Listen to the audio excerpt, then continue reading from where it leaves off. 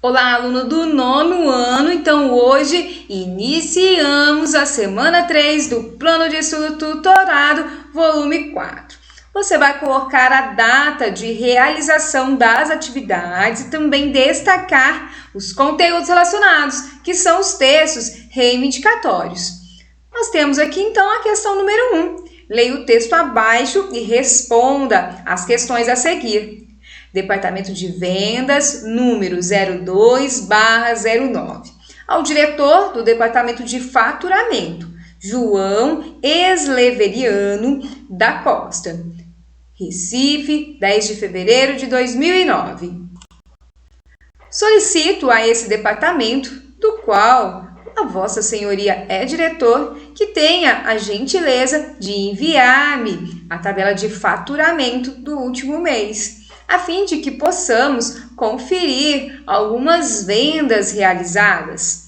Antecipo-lhe meus agradecimentos, certo de que serei prontamente atendido, dada a eficiência desta sessão.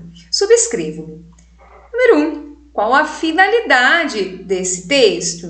Você vai voltar aqui e vai observar o primeiro parágrafo, que no caso traz aí essa finalidade.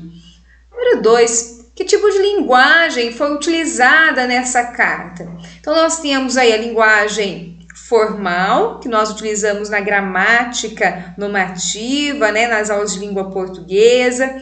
E temos também a linguagem informal, que nós utilizamos aí no nosso dia a dia, com os nossos amigos, por exemplo. Então, qual o tipo de linguagem? Você pode justificar trazendo uma palavra aí que represente essa ideia. Número 3. Por que essa linguagem foi utilizada? Você acha que aí nós temos um tom mais sério ou um tom mais descontraído? Essas ideias vão lhe ajudar a responder a questão número 3. Número 4. Qual a justificativa do remetente para essa solicitação? Também vamos ter essa resposta no primeiro parágrafo, ok? Então, faça a leitura novamente. Número 2. Leia o texto e responda as questões. Fotografia. História. O francês Louis Daguerre fez uma das primeiras fotografias em 1837, registrando com sua câmera imagens sobre placas metálicas chamadas daguerreotipos. O principal problema era que essas placas não permitiam que fossem feitas cópias da imagem original.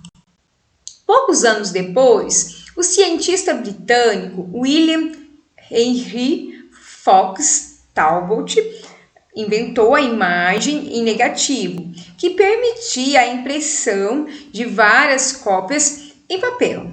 Esse é um método usado até hoje. As primeiras fotografias eram difíceis de tirar, porque as câmeras eram grandes, pesadas e registravam as imagens em placas rígidas, não em filmes. No fim do século XIX, o inventor George Eastman, tem alguns nomes aqui, não sei se pronuncia dessa forma, mas só para nós acompanharmos a leitura, criou o filme flexível e uma câmera pequena e simples, tornando a fotografia mais acessível. Até 1907, quando foi criado o filme colorido, todas as fotos eram em preto e branco.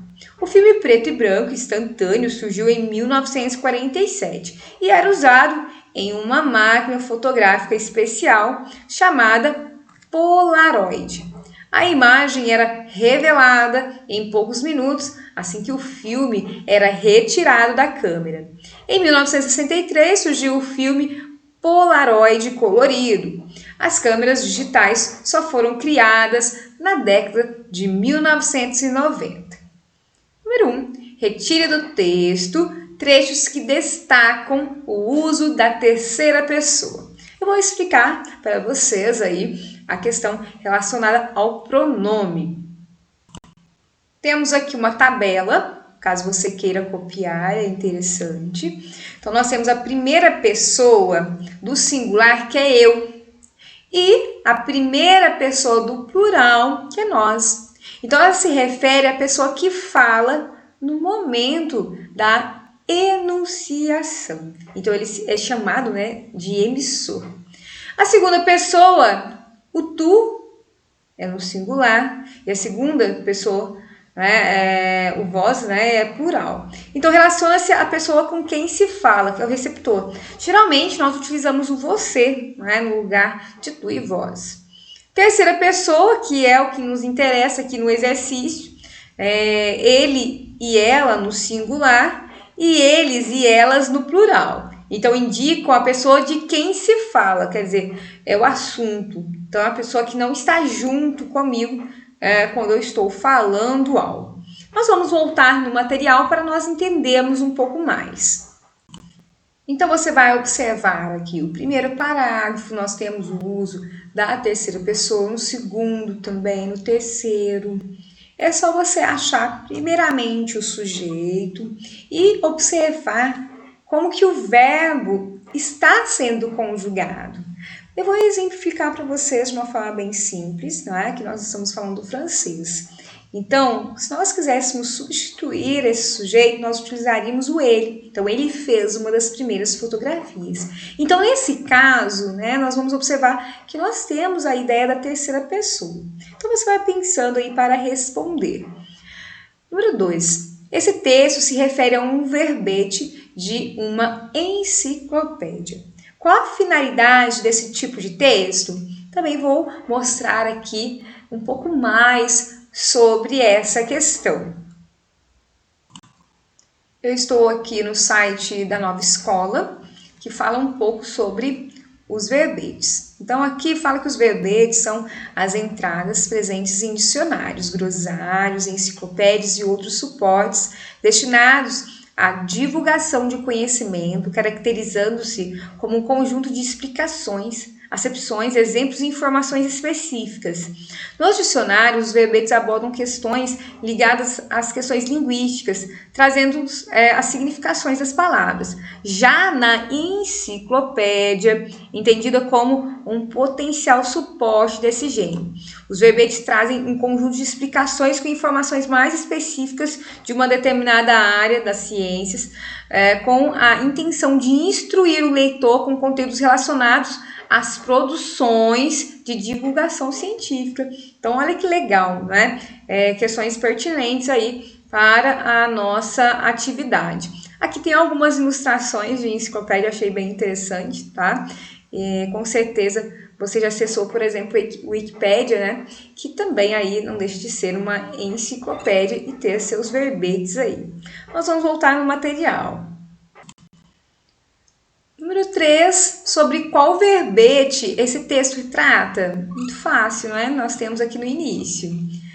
E número 4, retire do texto as informações principais e transcreva-as abaixo. Então, você vai fazer a leitura novamente e vai colocar entre aspas as partes mais importantes. Agora, se você quiser falar com as suas palavras, não precisa colocar aspas.